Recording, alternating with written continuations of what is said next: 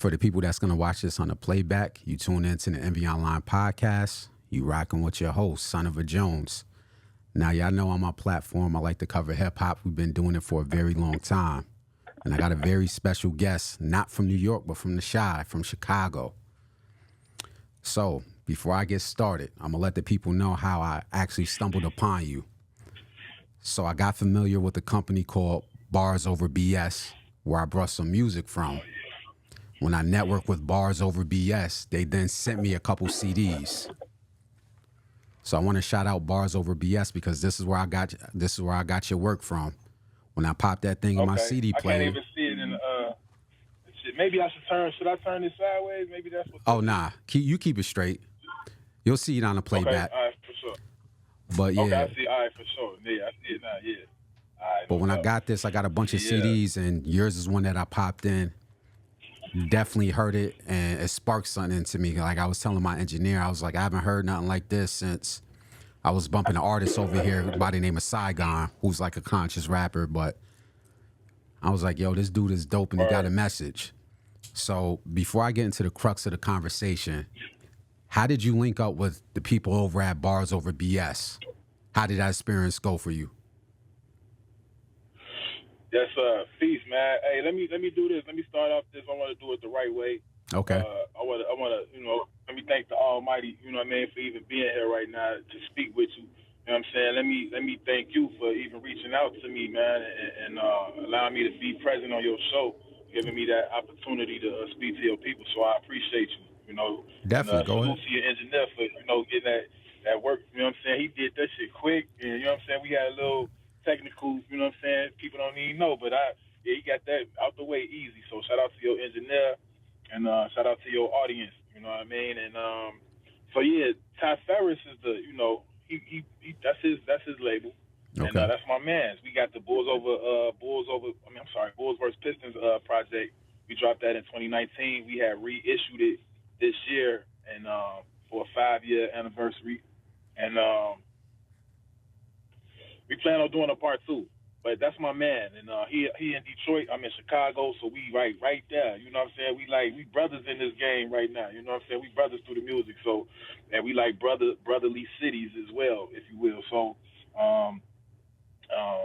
he started the label, and it was almost a no-brainer. It was a no-brainer. Like, yo, hey Ty, I got work. You know what I mean? I see you doing your thing. I reached out to him, and he told me he definitely always had me in mind when he started the label just because of our relationship. And so yeah, it was right off the bat with that. That's what's up, man. Salute to the shout out to Ty Ferris and his cousin too, man. I apologize for cutting you off, but shout out to Ty Ferris. I know his cousin is also helping him out with that, so I want to show the proper respect. Definitely, that's what I was gonna say. Salute to them over there. So I definitely appreciate you taking your time out, like I said, and interviewing on my platform. One reason that I definitely wanted to talk to an artist such as your caliber is because I feel like the outside media outside of Chicago did Chicago a disservice over the last couple years. People who don't live in Chicago on their platforms, in my opinion, painted a negative picture of Chicago. So I feel it's only right to put respect on your city name and paint it in a proper light that it deserves. So before we get into you as a musician, I just want to take a time to talk about yourself growing up in the city of Chicago and how was that like? Yeah, for sure. So, I got a couple pillars, or I should say, what would you call it, landmarks for me in the city. It's a few landmarks for me in the city as far as where I stayed. But I'm a South Sider. Okay. So, but even that, I didn't, been around to the west. I haven't lived on the west side, north side, or nothing, but I've been on the west side mostly. And let me tell you something. Let me tell you people something. And it's probably the same feel out there. I know I've been to Brooklyn and the Bronx, go see Spanish Rand. I was in Brooklyn with Wavy and them. Okay. I've been in Manhattan, to go to the Rockefeller Center for the Shape 05 show, and I'm trying to think. I think those were pretty much the boroughs I've been in, but I don't live there, so I don't know what it's like. But for us, the West Side is like a whole nother city. You know what I mean? It's like you damn near got different lingo out there, and they say the same thing about us. Like one of the main things that's always kind of been the saying, the West Side been about getting money, and the South Side just be on some just recklessness type of, you know what I'm saying? And not to say, it's wild all the way around, and we trying to improve that. Absolutely, we trying to improve it, but that's one of the inside city things, like where it's, one of the West Side, they about getting their money, and not to say the South Side ain't, I don't want to get that misconstrued, but just in regards to how the streets go, how it play out, it's like, yeah, that's how I see it. Growing up in the city, it was always a beautiful thing. At the same time, you had to keep your head on the swivel. Okay. Just because of the streets. You know what I mean? You definitely, like, nowadays it's different. It's wild. It's wild how it's probably the same out there in New York, but nowadays it's different. I guess because the structure ain't the same, right? But back in the day, you was not wearing your hat. It depends on where you at in certain neighborhoods here still, for sure. But not had like just all around. It was different back then. You wasn't having your hat cocked a certain way unless you was from that turf. You know what I'm saying? Whether if you to the left, you under the 5. If you to the right, you under the 6. That's something I didn't know. Okay. So yeah, it's but playing ball. I played ball as well growing up. Football and different things. But football was able to take me to going to college. I was able to get a full scholarship off of that, playing football, playing running back. And so, I played at University of Wisconsin in Madison for the Badgers, and, so it's I was able to see different things. Like going to Wisconsin, you see it's just a lot more to life. You know what I mean? It's more to, it's more out here that to have and to want, instead of just the everyday city life. And so, I've been blessed to see different things that most people don't get to see, and so yeah, for sure. For the people who are on the outside looking in, like I said, I'm from New York. I've been out to the Midwest, but the furthest I've been is Naptown. What are some elements of Chicago culture that you would like to put people on that maybe they don't know because they just look at the news and hear the negative? What are some positive pieces of the culture of Chicago that you think should be promoted more? For sure. Well, right now, like what we doing in music out here, I speak on that. Right now, we kind of, I kind of coined not to say that it's just these words I knew, of course, but we got some going on, calling the Renaissance of the culture. Where we changing the narrative of what's being seen out here in Chicago, music-wise. A lot of people would get caught up into thinking that the drill rap is all we have to offer. And when I even bring up drill, I always feel like it's my responsibility to show respect to the origination, the origin, I should say, of drill, which was my man Pac-Man. I went to high school with him, Larry Johnson. He the originator of the drill scene, and he later on in his career he started to work with LEP Bogus Boys on, what I'm saying? I don't know if y'all know about them. That's it, G Count. He's still doing his thing. He was one of them. Then he got killed in '09, and so from there, then King Louis kind of took it over and brought it more, and then then the younger generation took it over. But it's so much more that we have to offer out here in regards to just, and that's another thing. Just before I finish that, because as Pac-Man brought it to life or birthed it, it wasn't just on no like chill music. You know what I'm saying? It wasn't really on no even just respectful type of. It wasn't really even about that. And it was just like looking out for your block. You know what I'm saying? Like running the drill on a whole nother situation, and just on some party type shit. You know what I'm saying?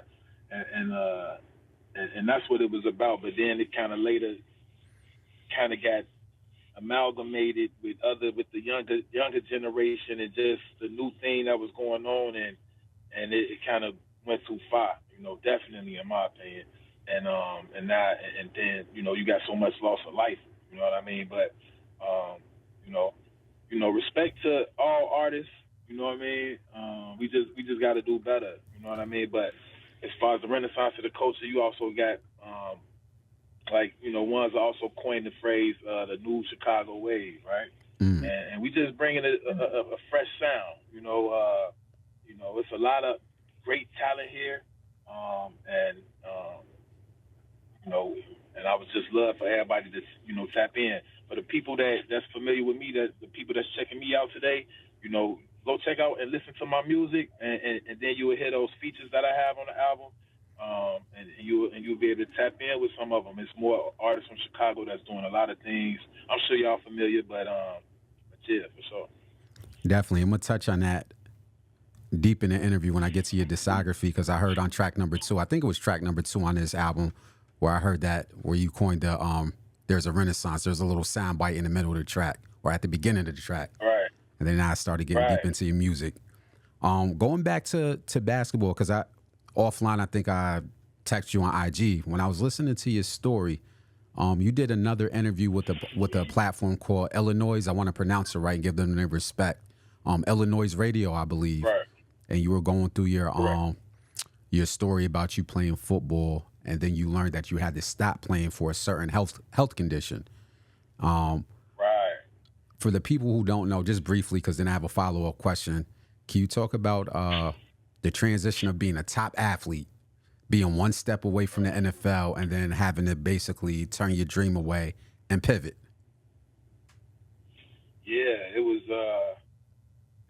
challenging, for a lack of a better word, and I could come with a better word, but it was challenging. At that time, yeah, it's wild because, somebody would always talk to me just growing up playing ball, even though and me being good at it, and they would say, you're not a football player, right? You a young man that played football, right? And just putting that perspective on it, just to say, like, this is not all that you are, right? But when you caught up in a game like that, to where it's everything, you do it all the time, and where you watch film, practice, weights, and all of that, and like you said, one step, that's the next step. That's after my junior year, I was definitely already in my mind, like, I'm about to go ahead and go to the league. So, but that wasn't my route, and maybe that's because I was definitely gonna go after that season, and but I had the situation with the doctor, so it was depressed. I was depressed and didn't realize it until I came out of it, because even though I was depressed, I was still active. The music saved me. That's what I can say. It's like you find out a lot of things about a lot of people. When I was sitting on top playing ball and on TV and all of that, I saw people around a lot more, or people calling and checking in a lot more, and hey, what's up? Because ones was seeing the vision, ones already knew, and they wanted to be a part of that. And then when that wasn't the case to be the case anymore, ones start falling back, and so that's I guess it's a silver lining and everything. I wouldn't say that's the silver lining in it, but it's just a good thing you could take from it, to where you get to see who's really down not, for you. And one thing I also say is it was like a spiritual awakening for me, because before that point, I wasn't all the way tapped in spiritually. Like, I see myself as a metaphysician, you know what I mean? And so when that happened to me, it's unfortunate. I feel like that happens for a lot of people, to where when it takes tragedy or some type of tragic situation for people to, you know, become awakened, if you will, you know. And so, but yeah, I feel like that opened me up spiritually to where I would start, because now I'm questioning, like, why is this happening and all this, and now I'm looking and searching for answers, right? You know, you talking to God and you know, and then, you know, and then you know, finding out, you know, what you made of on the inside, you know. And so, yeah, you know, it was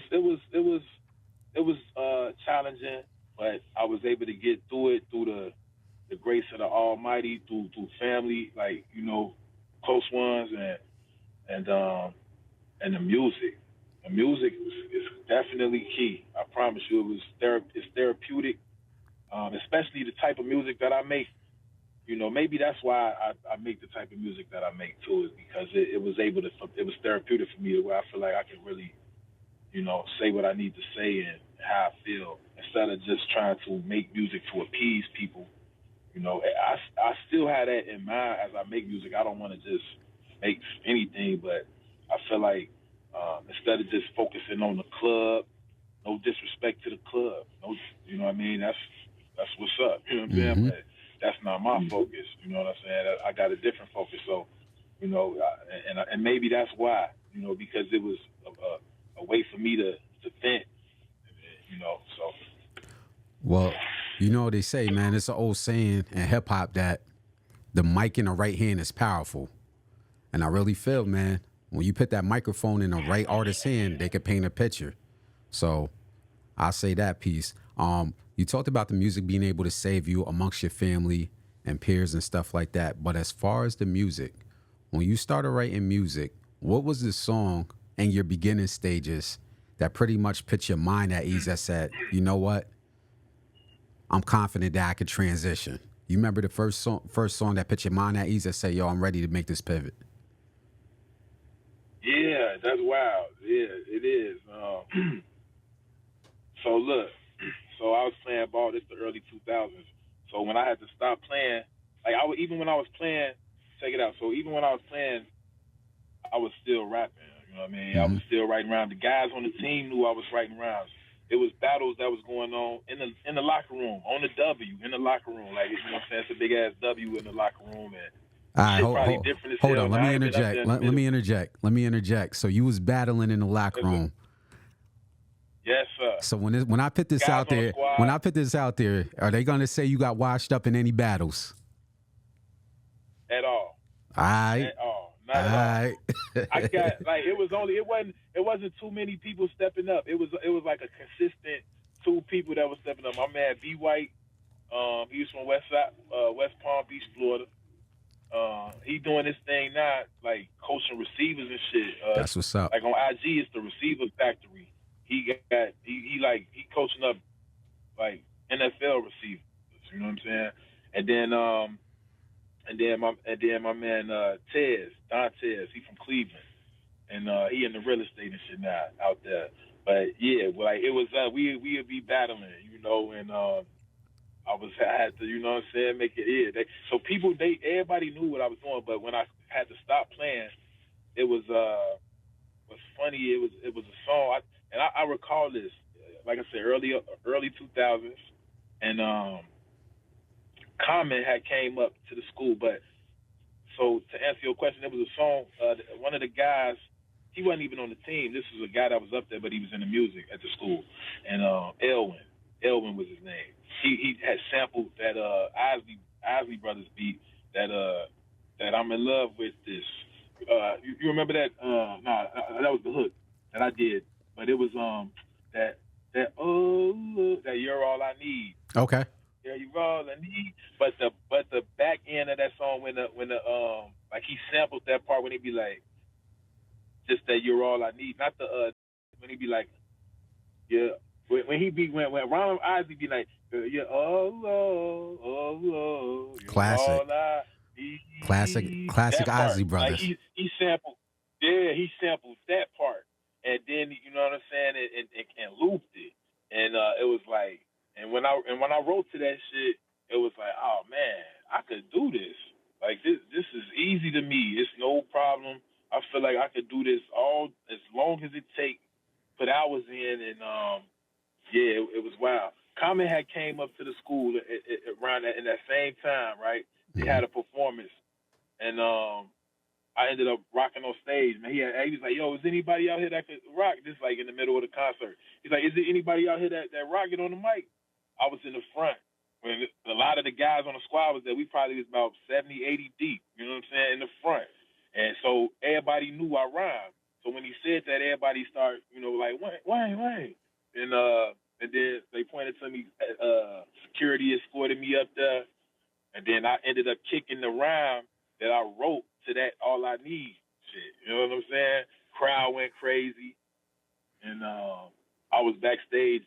You know what I'm saying? After the show and shit, it was decent. So yeah, with all of that culminating, like how that happened like that, it was like, oh yeah, I could do this. That's what's up. I don't think I asked you, but your name, Water, with 2 R's. How did you get that name? Who gave it to you, or is it something you came up with? How did you get your artist name? Yeah, so I was watching. So this early, of course, because I was watching State Property, right? Watching Classic. State Property. I believe it was right. You are so I can't. I think this got to be the first one. So you right, just like you said, classic. So you gonna know what I'm talking about. This when Noriega went up to he was talking to I think it was La Plaga. And he was at the window. He was at his window, standing outside the window. And then when he walked, he was talking to him, and when he walked away, he was like, "Water." You know what I'm saying? That's how he ended the conversation. He's like, "All right, man." He said something. He was like, "All right, water." He said, "I'm out of here. Water." Some shit. Nori got the weird language, man. I'm like, damn, I like how that sound. That's me right there. So shout out Nori. He don't even know, right? But then, so I started with the first. It was just 1 R. Right, but then it's like, damn, wouldn't be able to find me if I leave it like that, just because of the element itself is gonna dominate that. You know what I'm saying? Mm-hmm. So I had put the double R on it, and then rhyme and reason. That's dope. All right. So growing up, me and you was around the same age range when I saw your interview. I think I'm like a year or 2 younger than you. So we're in the same age range. So growing up, like some of my favorite artists comes from the Midwest. So my first artist that me and my brothers liked was pretty much Bone Thugs and Harmony from Ohio, a state over or 2 states over. Then obviously we got Twista from you. So I always grew up knowing that Chicago and the Midwest in general had a lot of spitters to it. What were some of your early influences growing up in Chicago, hearing the Midwest sound on the radio? Who were some of the artists that influenced your style? No, well, man, influence my style. That's probably different, but who I was listening to coming up and who I felt like did have influence on me early, because when I was writing early, I first started writing in like 4th grade. So how I sound now is not how I sounded then. And my early years, like how you mentioned, Bone, that's no question. Mm-hmm. Bone Thugs they was dominating, especially, I don't know. I'm sure on the East Coast it probably was different, but that sound was crazy. Nah, they was dominating out here like too. Okay, all right, for sure. Yeah, and then right, Biggie had them on the album, so yeah, for sure. Then I say Pac for sure. Tupac is no question. I definitely Nas. Nas. See, look, the first tape I ever bought was East 1999, right? Okay. I might be wrong. That could have, I first bought East 1999 on the tape, and then after that, I bought it wasn't Illmatic. It was written. I heard it was. I bought it was written in the park, and it was bootleg. You know what I'm saying? That's fucked up, but it was bootleg. That's how we used to get it in the 90s. That's how I put on the Nas and shit. Yeah, and that joint had the Silent Murder on it. Like Silent Murder ain't on that now. You know what I'm saying? But the one I bought had Silent Murder on it, and then I'm like, damn, this shit is different when I heard that Nas album. And so I heard it was written before Illmatic, and it was like this shit it was just different to me. And then I got into it with Biggie. So it was like, but from here in the Midwest, it was most definitely Twister.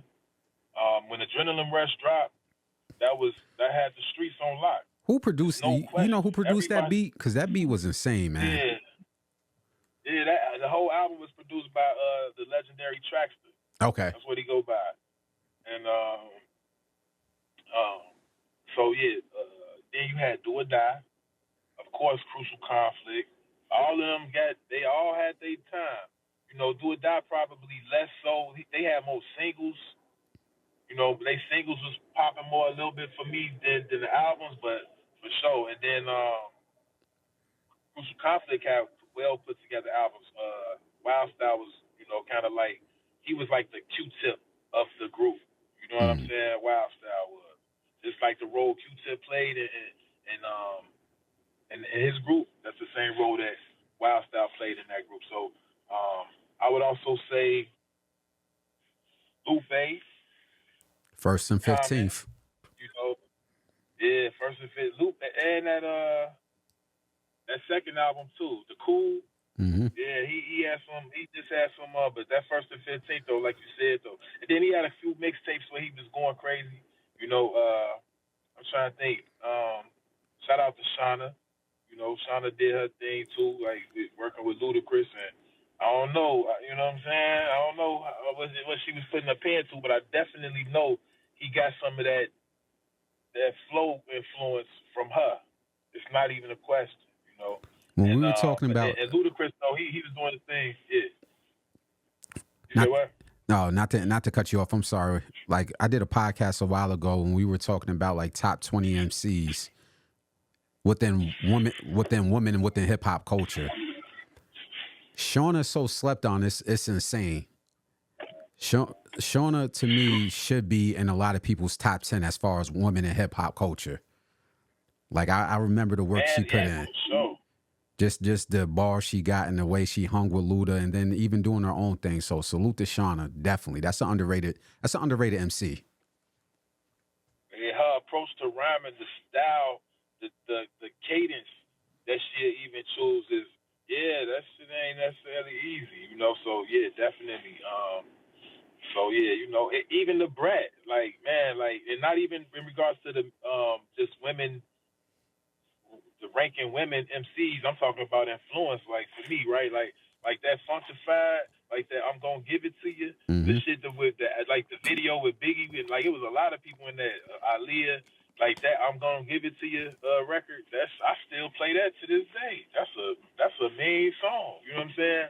And so yeah, and she was doing a lot of writing for Chris Cross and helping out Jermaine Dupri and So Def. You know what I'm saying? So These young kids don't know nothing about no crisscross, man. These young kids don't know. Right. Man, that was a special era, man. That 90s era. Ah, damn, you bringing back memories. It was, man. It was. We lived in a great time, man. We did. Yeah, this is why I like talking to older artists, man. Hip hop is aging so gracefully, in my opinion, man. But that era that you're talking about, second to none. Second to none. You're right. I'm sure it's a few that I'm missing. Like Cap One is somebody from Chicago who he put out an album. He had Twist on there. It's a couple other people like the Snipers. They roll with Twister. So it was a few people that did their thing. Shout out to Psychodrama. They did their thing too. Mm-hmm. But yeah, those are some of the ones I would say. That stood out. And Snoop, I can't lie, Snoop definitely. That Doggy Style was getting ticked for sure. Oh yeah, I remember that. So, yeah. So as I mentioned in the beginning of the video, and I'm glad you named all those artists because it shows the cloth that you guys come from out in that city. From that time period, even all the way up to now, like it was a special era. A lot of dope MCs come out of that city. A lot of dope producers, a lot of dope R&B singers. As I touched on in the beginning of the interview, I personally, as being somebody in media, I didn't like when I saw certain YouTubers or certain bloggers paint Chicago in that negative light for the last 8 years. How do you guys being in this city, did you guys feel any type of way about seeing certain YouTubers who don't live in your city not putting a proper light on your artists as they should? Yeah, I would say, you know, like for example, my man's that got rich off of this shit. Yeah, He rich off of I think we talking about the blogging same on Chirac. I think we talking about the same Yeah. person. And we don't even got to say right. his So name. dude, right. So dude, it's like, yeah, definitely, because a lot of that stuff he was doing, it was egging on things that was really happening. Mm-hmm. Just that type of reporting that he was doing, and not even understanding the effects of it. Most definitely, I would say that it's unfortunate the lives that was lost, because there was a lot of lives that was lost just through the music. Yeah. For sure. And I would say that hopefully that it's I would like to see some change out of that. Because I don't want to say, I want to be careful when I say certain things, like, because I'm thinking like, I do want to see that come to an end, right? I'm not necessarily speaking on the genre of music, but I do think that in order for, I'm talking about the violence, right? Mm-hmm. But I do think that it was violence before drill. Oh So yeah. we got to Oh keep yeah. it buck. Yeah. So it's not the genre per se, but it does add on to it, especially what's being said within it. I think it's just, if it's a way that we can change up what we saying, it still can live, But we gotta, like, all that smoking on dead people type of shit, and all that type of disrespect is unnecessary, and you only creating enemies that you might not even know. You know what I'm saying? Because you don't know Words is powerful. how much somebody, right, and you don't know how much somebody loves somebody. And you might not even know what you said, and who might feel a certain way about it. You know what I mean? And you wouldn't even see it coming. Mm-hmm. So it's all of that is unnecessary, and it does nothing good. It does no good for us. So there was a famous quote that I saw online from, I want to say, Quincy Jones. Said pretty much music is one of the best form of communications that we have in our culture.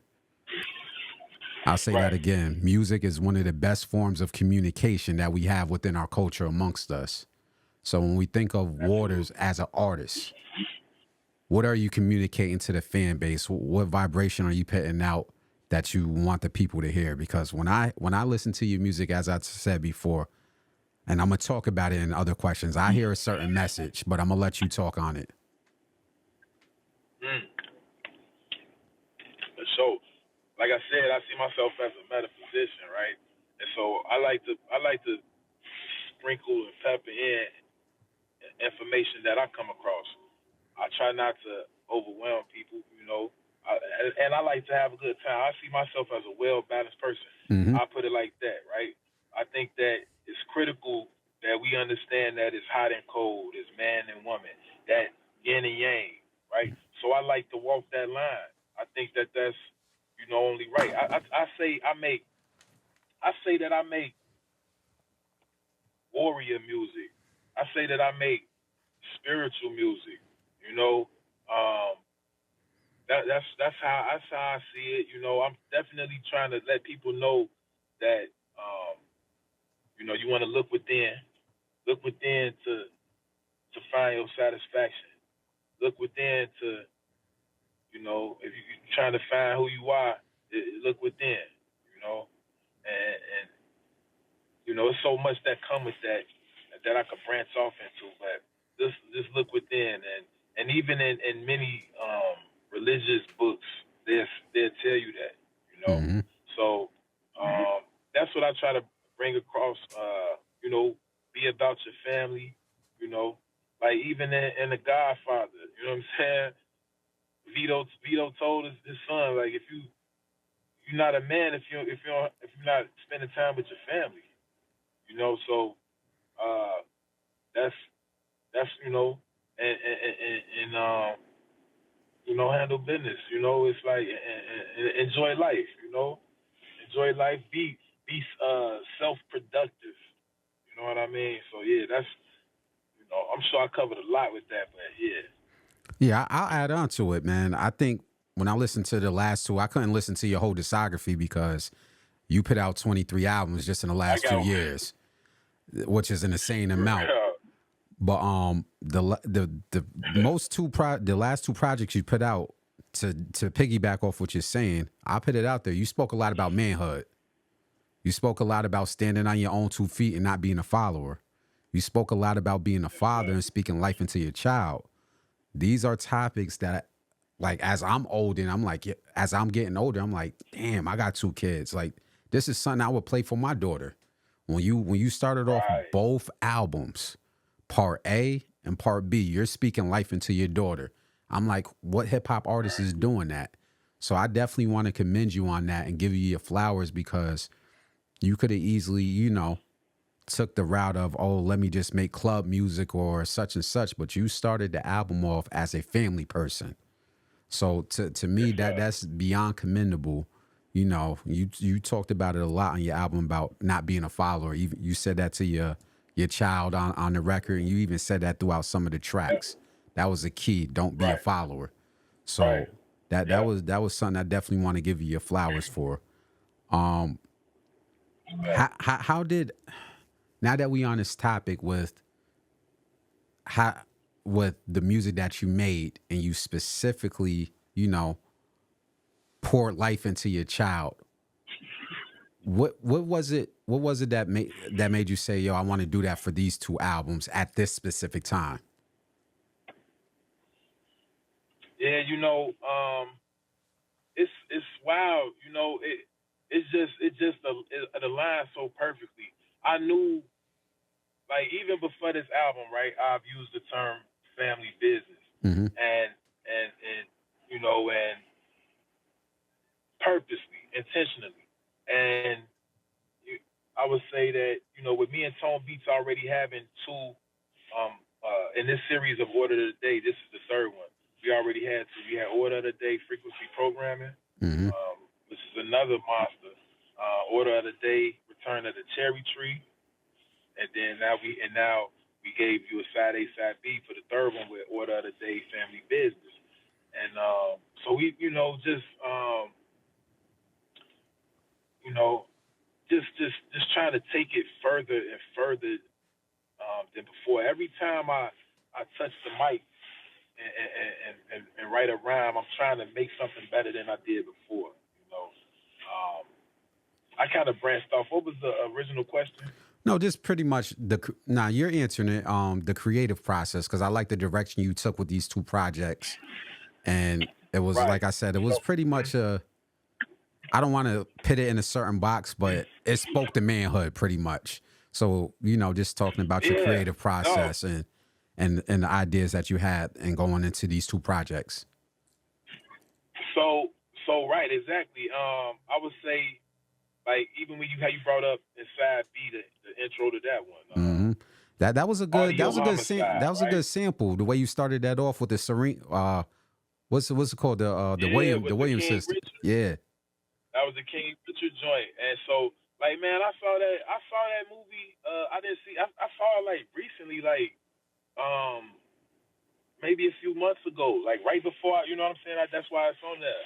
And so, and man, I was like, yeah, I that movie, it moved me, man. That movie, it had some effect on me, because it's like, yeah, that's what I want for my daughter. You know, I want that's what I want for her life. So and so when I used that piece in of him talking, it's like it just reminded me, even thinking in that movie, because I feel like I homeschool my daughter, right? Okay.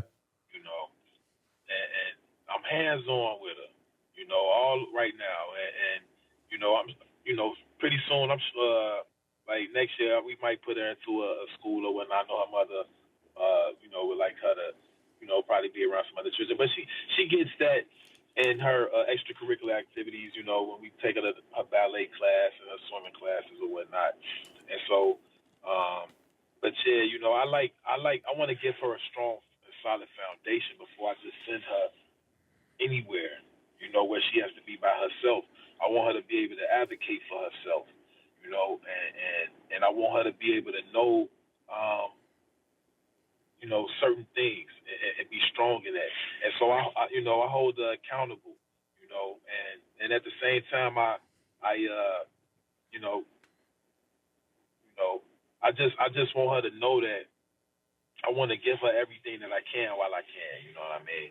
And so I feel like how he was talking in that movie, it was like, yeah, I need to get that piece, I need to get this, that, and then it was like, yeah, let me add some of this into the album, and it all made sense, and that's why you got even on side A when you get the that intro of early lessons, right, and when I got a just kind of a call and response of certain things that I go over with her, and I just want people to know. And that, like you said, speaking on fatherhood, manhood, like it's okay to talk about your children. Everybody, like even if it ain't club music, people want to talk about the block all the time or moving work. You know what I'm saying? It's like as if you created that thought process. Like what I'm saying? We heard it. We heard what I'm saying. Yeah. Jay do it. We heard what I'm saying. Can I interject real quick? Can I interject real quick? Yeah, yes, sir. This is why I said that I believe hip hop for certain artists is aging gracefully. Certain artists can't detach themselves from those type of records. So there's one artist I'm not going to name because he's a famous artist, but I see why he's having problems transitioning as he's aging. He's about 38, so he's getting older. He's my age. And I'm like, dude, like right. nobody wants to hear rolling on my wrist and you know, at this age, we're expecting some growth. You're approaching 40. So right. as you said, certain themes, we want to hear the maturity. And that's where I was like, I was really fascinated with your body of work because once I watched the interview and you said your age, I'm like, okay, he isn't trying to sound like he's 24 years old. He isn't trying to sound like, he's embraced who he is as a man. He's embraced growing older and he's embraced fatherhood and maturing. So I just want to commend you on that, man, because a lot of artists can't detach from that, from what they did when they were in their 20s. They're 37, 38, 39, 40, and they're still on a block. And we know that's a facade, but sorry to cut you off. No, that's a fact. It needs to be said. And it's not to, like you said, it's not to call nobody out specifically or make people feel less than. It's just to elevate. It's like, like the situation, like if you don't tell nobody, they won't know. You know what I'm saying? They because they may not truly know. So you have to educate them. You know what I'm saying? You got to say, hey, nah, it's, or at least provide the example and say, nah, look, we can do it this way. If you want to keep doing it that way, that's cool, but we can do it like this, and it sounds good too, and it give people something that's more honorable to. As even though, like I tell people, don't be a follower. We know the fact of the matter is most people are followers. You got the 85%. It's just but we would love to have more leaders, no doubt. But if you're gonna follow, at least have something worth following. You know what I'm saying? And so, yeah, absolutely. So definitely, man. And just piggybacking off something you said earlier, as you like to sprinkle certain gems and education in your music, you did something that made me want to pick up a thesaurus and look up something. So I got to the track. I want to say on this. I said, who is Joseph Ballone? I said, let me go look that up. I said, let me go look that up, man. That's the point. I said, hold up. Now he doing the mathematics on this one. I said, oh, a black musician that was bigger than Mozart. I said, man, I'm not gonna lie to you. the title and then the track and then even the production, because it sounded like a Mozart beat, but just Right. everything that you were doing with Right. that Joseph Malone track. Can you talk about like when you're sprinkling stuff in there, man? What goes through your mind? Because that one took me right there. So I saw I think it's either the Cavalier or the Chevalier. It's one of them, right? Um, but if you seen the Godfather of Harlem, Yes, before it's so Whitaker. you know yeah. So I with the mob, I can't remember which one of the bosses it was. It was one of the. It wasn't the main boss. That was cool with Forrest. That was cool with Bumpy. It was one of the underbosses, and his daughter. She was messing with the brother. Yep. You know what I'm talking about? Mm-hmm. That the brother, he plays Joseph Malone in the movie. So I think it's Ah. either called the Chevalier or the Cavalier, right? It's a movie that came out maybe a couple years ago. So I saw that movie and I'm like, man, right? He was the Black Mozart, but and then it was other ones too in that time that was great, but some of the like Chopin and it was enough Beethoven and other ones, right? But they saying he was better than all of them. You know what I'm saying? Mm. But he was hidden away. He was hidden away. Not only that, when you see the movie, I don't want to tell you everything just in case you want to see it, but they were showing a relationship that he had with what is it, Queen Victoria, the one in France, the one that got they ended up killing her when not before Okay. Napoleon Napoleon came in. It was Victoria or something like that, but he was cool with her, so I don't know if and she ended up dying. I don't know if maybe if it's something with that relationship why they, or just because of what he looked like, why they kept it hidden how nice he was. But yeah, I heard that beat, and after seeing the movie, it was like it be all about time, and like I received that beat not too much longer after I saw that movie. You know what I'm saying? And Mm. it was like, yeah, it's like, hold on, let me talk a little bit. So yeah, for sure. Now you jumped in your bag on that Joseph one, Malone, man. y'all forget. Yeah, for sure.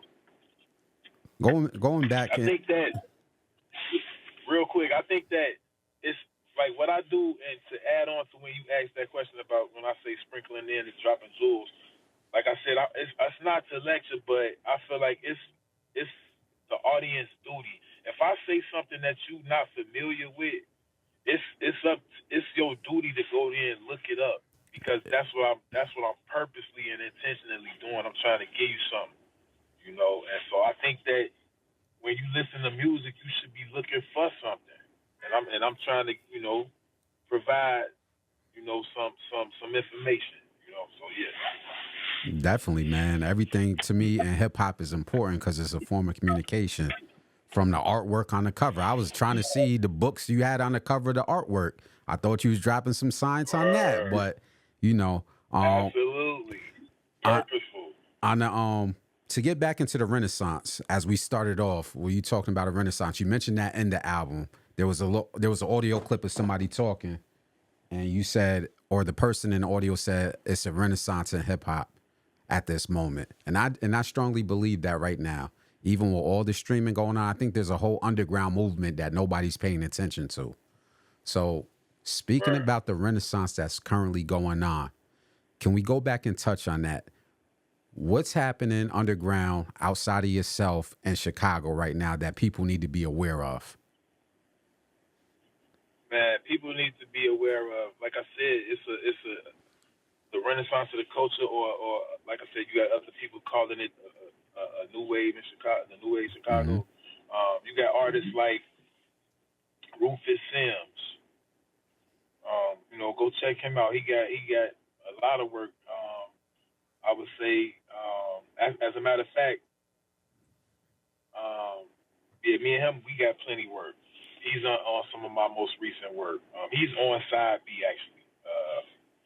And he's on a record that I did with Wavy the God called Do Sabo. Me and Wavy did some work earlier this year called Watch the Shore. I would say, so check out Rufus Sims. Go check out I Am God. Go check out Fillmore Green. right? Go check out Jew Jilla. Check out Brittany Carter, Sweet Juices. Um, go check out Panamera P.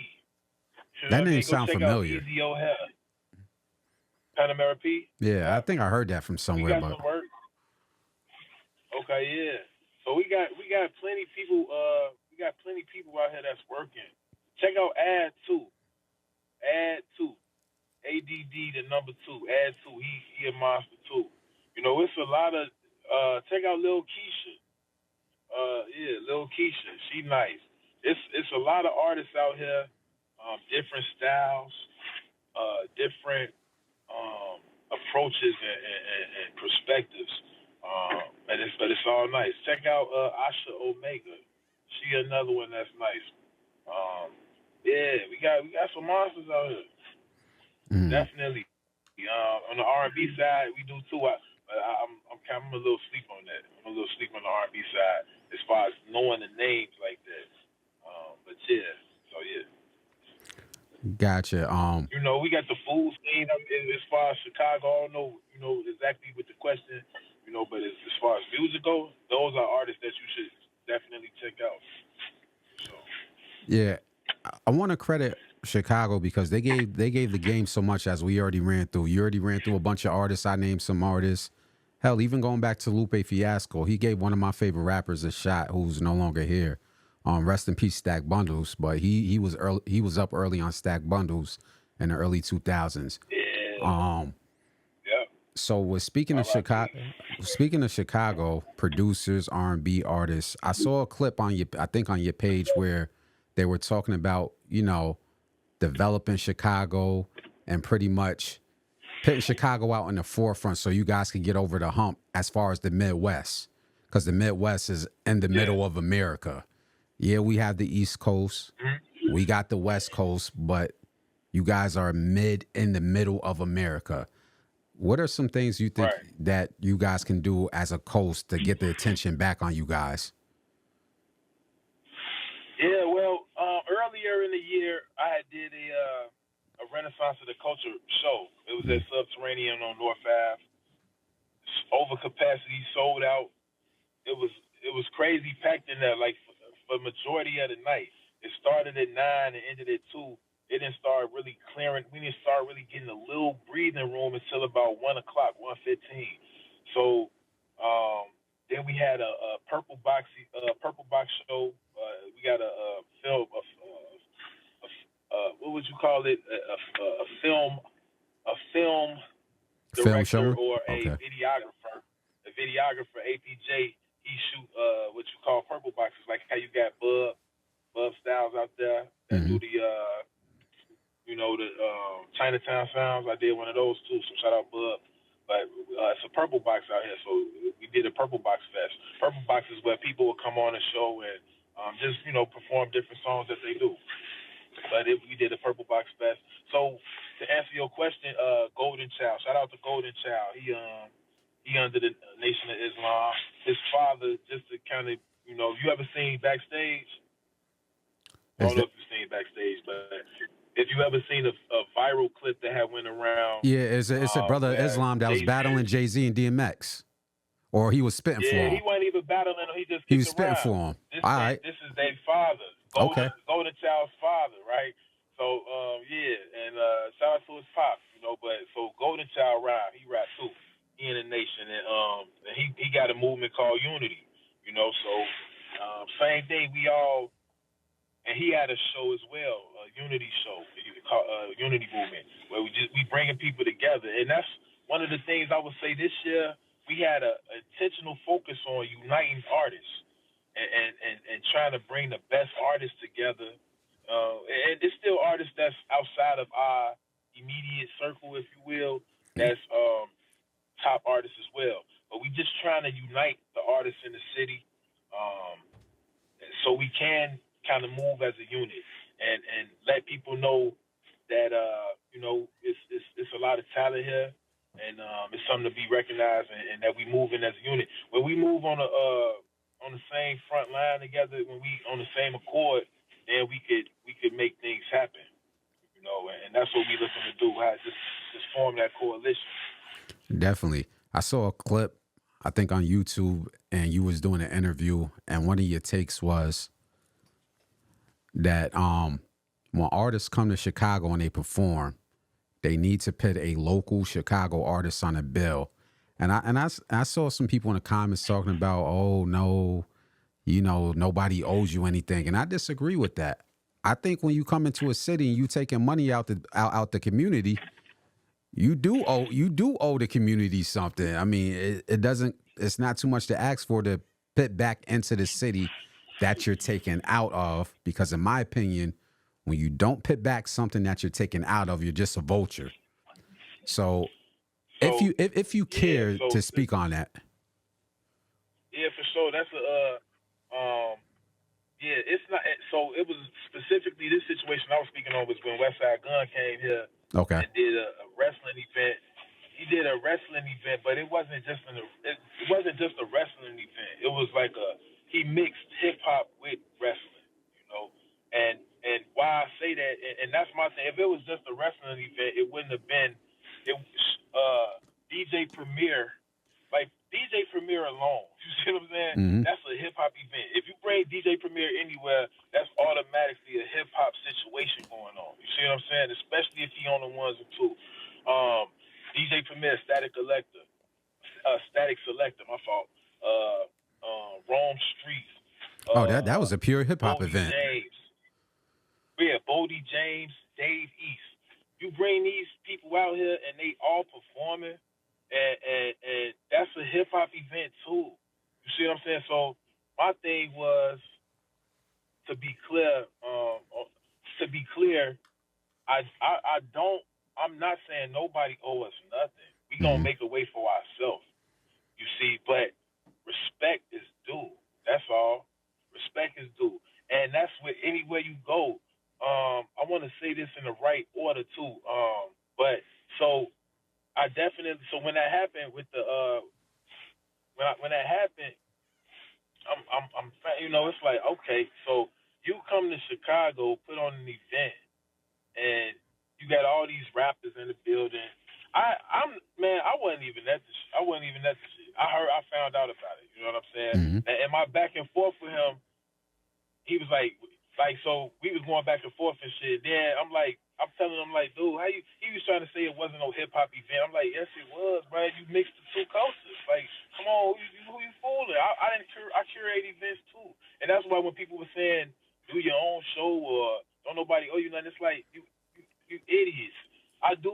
We doing shit. But it's just like it's not a new concept what I'm saying.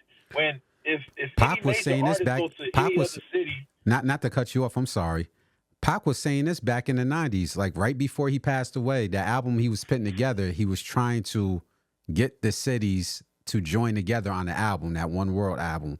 But he has some of the similar concepts that you're talking about. But go ahead.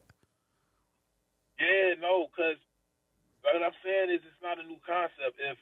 If any major artist go to a different city where there's a major artist there available, they gonna reach out to that major artist to, hey, I'm in your town, man, come on, rock the stage out. That's gonna make the crowd go crazy. You see what I'm saying? That's how. So what I'm saying isn't new. Like even so it's my thing is this: in the lane we in, which is just under the majors, right? But we on the come up, but it's like in the lane we in. Westside Gun came from the same lane. Mm-hmm. You know what I'm saying? So it's not even just that. It's so many elements to it. He knows particular artists here. Okay. Be at their house, hanging out with them. Like it's a relate. So it's like some people was like, man, you better because you or Westside was like, because I called him out. That's how this whole thing happened. Like I called him out about it, and it wasn't even about being disrespectful. It's like maybe it's too many yes men. Maybe I don't know. Maybe it's too many people not. Maybe people afraid to say something or whatever. But because if I knew him and had his number, I would have just called him. You see what I'm saying? But I didn't. And it's like I didn't like that. And it's like, yeah, it's okay if you come out to the city. It's okay to have a Chicago artist on, at least one somebody. And then he was like, "Well, what you want me? You mad because I didn't have you on, or because you rap or something?" And it's like, no, I'm not talking. I wasn't even talking about me because I know who he know, and he be at the house. Like y'all ones want to come here to get safe passage through, because it's like. This ain't just somewhere where you could just come at. It's just gonna be okay depending on where you go. You see what I'm saying? And it can be okay, but what I'm saying is that like to me it was some unnecessary things being said as if it's like you could just come through here and not show love. And just because you throw an event here, that's not showing love. Like you brought up the point, you taking money out. No, I'm not even saying that you got to pay the artist that's on the bill. My thing is shine some light, shine a little light. Can I interject? Actual movement here. And one more second, bro. Mm-hmm. Last thing is this: like not only shine some light and show respect, but the main thing is he know artists here. It'd be different if Kendrick Lamar or any some other artist that's big or like a Freddie Gibbs, right? Let's say Freddie Gibbs came here. I still feel the same way, but I don't even know if I would even call him out like that. And the main reason why is because nobody that I know and what we do know him that close. You know what I'm saying? To where he at the house, he visiting, it's some type of relationship there. You see what I'm saying? So I wouldn't feel the need because I wouldn't be like, okay, yeah. But if you got other artists. Like, when he did do a show here, real quick, he had Chris Crack on to open up. Chris Crack is from Chicago. So it's like, yeah, that's the proper thing to do. You know what I'm saying? If I go for a show in another city, I'm going to reach out to, like the man said, if somebody do a show here in Buffalo, are we supposed to be mad that they don't have a Buffalo? And I'm thinking, like, yeah, but if that's what you want to do, that's what I want to. Yeah, that's what I'm going to interject with. So bro.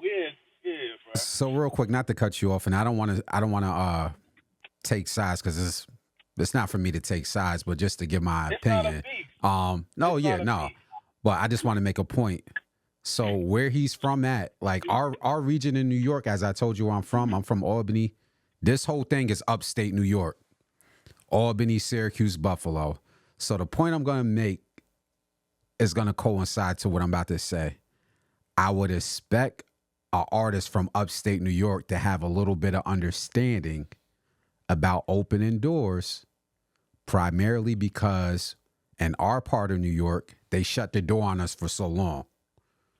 A lot of people don't know New York City don't rock with upstate New York.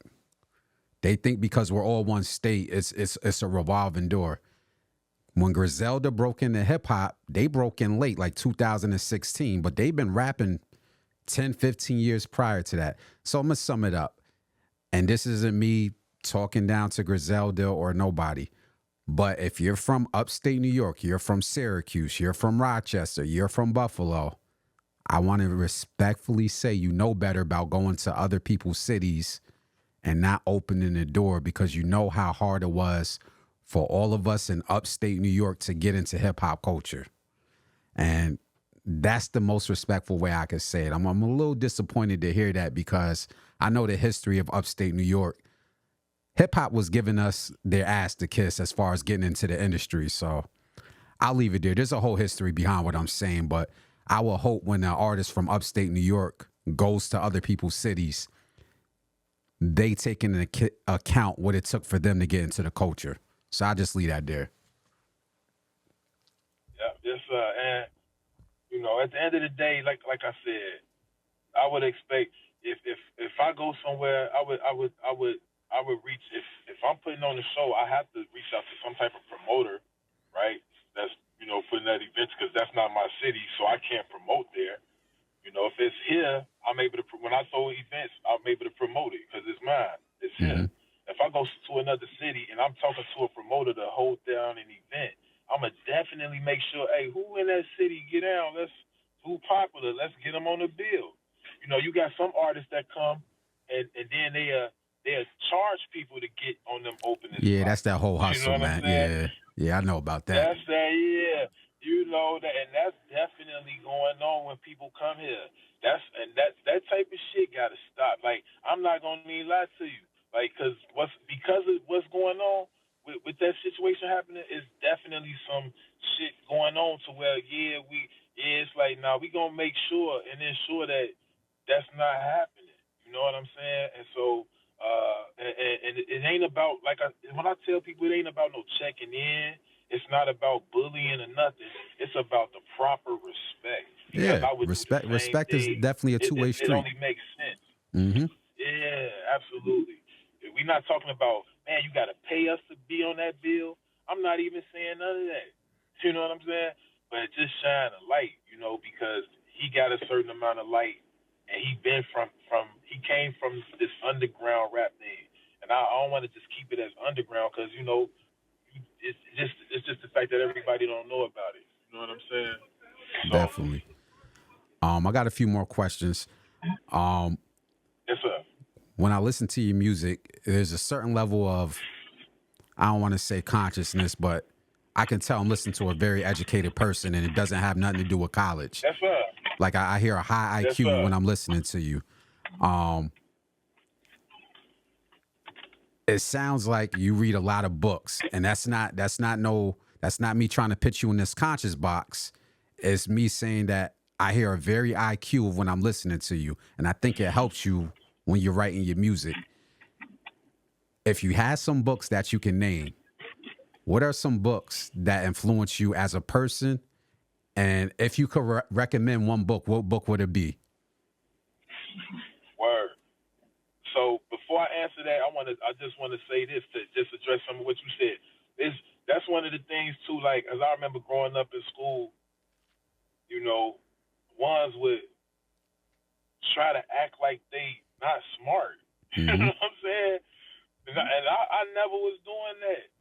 I was, if I know something, I'ma say it, and I was still, I wasn't picked on because I knew what was going on with my point is to say that we as a people, in regards to our culture, that's one of the things we gotta, kind of change that imagery too, like as if being smart is not the thing.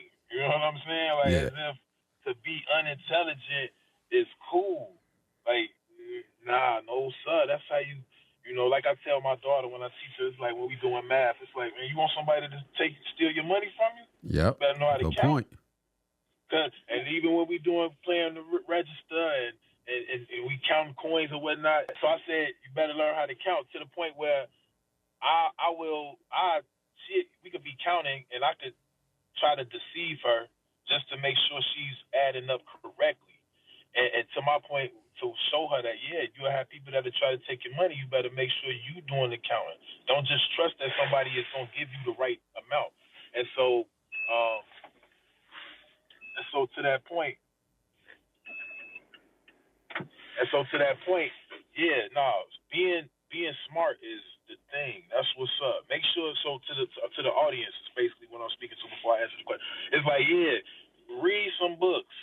Yeah, get some information. You know what they say? That they say, if you want to have something from a nigga, put it in a book. That's So one of the famous go quotes. check out the books. Go find out what they hiding from you. Go get that information. You know what I'm saying? Because I'm gonna tell you what's ironic, and it's not funny. You know what I'm saying? Because ironic, funny could be a way to say ironic, right? What's ironic is people end up getting locked up and then be ready to hit the library. Mm. You know what I'm saying? So you can figure out how to get out of there. And ones get locked up and then going in, coming out with spirituality or understand, knowledge of self. And it's like you don't have to go there to get that. You know what I mean? You can get it out here too. So so at the end of the day, because I'm telling you, find out from anybody that done been locked up. Yeah, they'll tell you being intelligent is the thing. That's a fact. So I just want to reiterate that to the audience. That's all. Like, we definitely gotta change that. That's cool to be smart. I would say 48 laws of power. but I think that's a good book to read because you could just check out tactics that people might try to use on you. It's not even, or you could just find out things that what people have done in the world, and just I think that's some information to be had, right? I would say, um, um, a few things. I see, it's, but you're not gonna be able to necessarily get there. I would say the Alchemist, Okay. Paulo Coelho. I would say I have another book, The Transformation. What is it? I would have to go. It's the well, I would have to get it and send it to you. It's like the transformation of it's a metaphysical book though. Definitely get. I'll give you another one that you can get. The Book of Coming Forth by Day. Some will call it the Book of the Dead, right? But it's called the Book of Coming Forth by Day. Go check that out. Go check out How to Eat to Live by Elijah Muhammad, just in regards to food. And what's another one? Policy Kings. Go check out Policy Kings, right? I picked that one because that's about some Chicago history, but it's not just in regards to the policy, which was also called with ones with running numbers or whatnot, right? And we get caught up into finding out what the mafia was doing and the Italians and the Jews and the who else was that?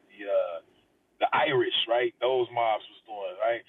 But the Policy Kings, you can go find out what we was doing. You know what I'm saying?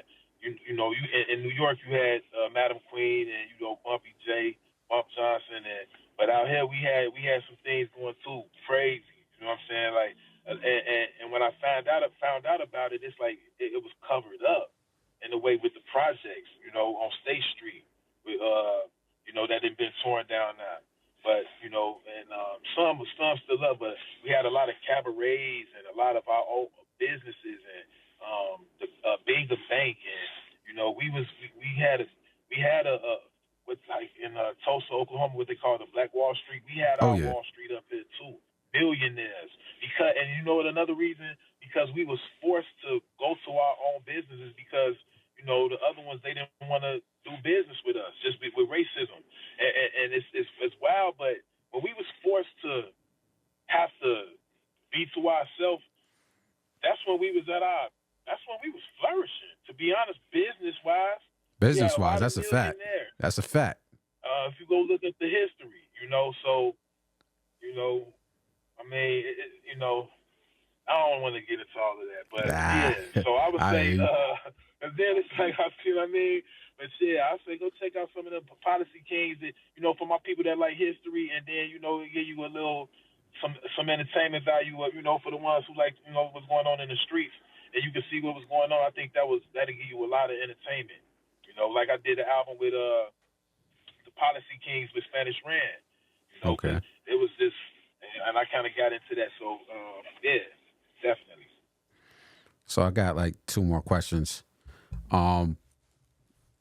Give me a second. So when we talk about shining a light on Chicago, I've been listening to this artist for like the last 6 months by the name of Common. Everybody know who's Common is. So Common just put out an album with Pete Rock, and I actually got the vinyl and a tape. Shout out to Common. And they're actually nominated for a Grammy. I'm going to put this out in the universe. I really think Common is going to walk away with a Grammy when it comes up. With the way Common spits and the message that he put in his music, that was a real hip hop album that he did with Pete Rock. When Common wins this Grammy, what is that going to do for artists like you in Chicago? And that's why I'm trying to bring it all together. Word. It'll definitely do a lot. Add to is an artist that I had mentioned earlier. It'll just show. It'll just show the proof of what, for one, it's still value in the message. Yep. The fact that he's able to win in the climate of music today, it's great that he's nominated, but he able to walk away with that. and it showed that it's still value in the message. So, and especially me, the type of artist I am, the music I bring forth, it's like, all right, cool, it's still worthwhile to do this. You know what I mean? You can be rewarded for that, even though it's that's another thing in itself. But we all would want a Grammy, right? That's Mm. not a question. But it's politics even in that. You know what I'm saying? So we can't be too upset. Try not to be too upset about if we don't make it because understanding that it's politics in that. Oh yeah. You know, but having a Grammy is definitely, you know what I'm saying, worthwhile of having. I would like to say, or I would like to think, but I would say that Ad Two is an artist that I brought up earlier, and he's a part of the Grammy board in the Chicago chapter Okay. of the Grammys. And so, it's common, like you said, you speaking that into the universe. That happens, and that connection, like I said, with Ad Two, and I think that it can, we'll be able to shine some more light on what we doing here. That's the goal. That's the man. Because I definitely want to talk to Ad Two about that. Like, what is it? Because I know the Grammys. It seems like the Grammys tend to have different categories that come up every now and then, new categories, right? Mm-hmm. And it's like, what if it was the underground category, or you know what I'm See, saying, or something like that's something they like need. that'd I be think that's gonna crazy. come. I think that's gonna come to light. It's we got all these, but I don't know how they would do that. Just how they have independent, like in the Oscars, they got a categories for independent films. Mm-hmm. Maybe there should be an independent artist category situation. That'd be dope. So before we get out of here, for the people that will watch this on a playback, what's next for Water? You put out a lot of music in the last few years. What do you have coming up? Whether it's in December or whether it's in 2025 that people can look forward to. Yeah, so we chilling for the rest of the year. My last side A, side B. I'll go to. So I do this. This year we did Watch the Shore with Wavy to God. We did the Honorable Volume 2 with the Standouts. So go check those out. Great music. Then we finished the year off with Order of the Day, Family Business Side A, Side B. For next year, I've just finished up an album with Machacha. He's a producer overseas. He works heavily with Copenhagen Crates, who puts out a lot of vinyl for independent artists, such as myself. So that's what's looking like first up for me, because that's I just finished that, and so that'll be ready to go. Then I have a project. I got some beats from Passport Rav, who's in New York. He's in Brooklyn. We gonna lie. We locked in. I kind of started writing with him as well. Then I want to get back into me and Vanda Slice. We did Life is More Than White Bricks, right? Mm. So we probably I don't know if we're gonna do part 2 or if we'll just call it another one. But I want to get back with Vanda Slice. Vanda Slice got a nice sound. So I got a few things coming, and so yeah, y'all be on the lookout. If y'all want to follow on social media, you can check me out at The Real Water, all one word, at The Real Water, water with 2 R's, and that's on all social media platforms. And yeah, for sure. It's a lot going on as far as here in Chicago, musically, artistically, and we just want our respect, because it'd be different if we wasn't working and being consistent and being on certain levels of being noticed, and because it's a movement, and we just want our just do as well, and we putting on for ourselves, we doing for self, that's for sure. So for the ones who not sure we not asking for handouts. Nobody owe us anything, but we are working, and it's only right when you go that you show the proper respect, and so yeah, and like I said, at The Real Water on all social media, and yeah, that's what I got coming so far. That's what we got going.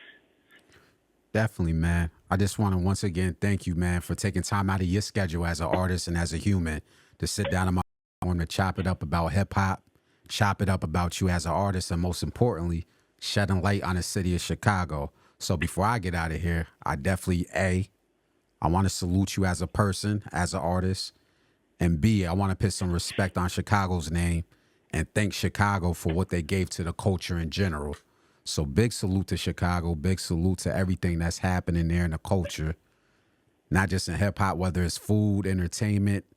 I ain't no Chicago Bull fan, Word. but just in general, salute to Hey, salute to the city of they Chicago, making it man. tough for me to be a Bulls fan. Shit, yeah.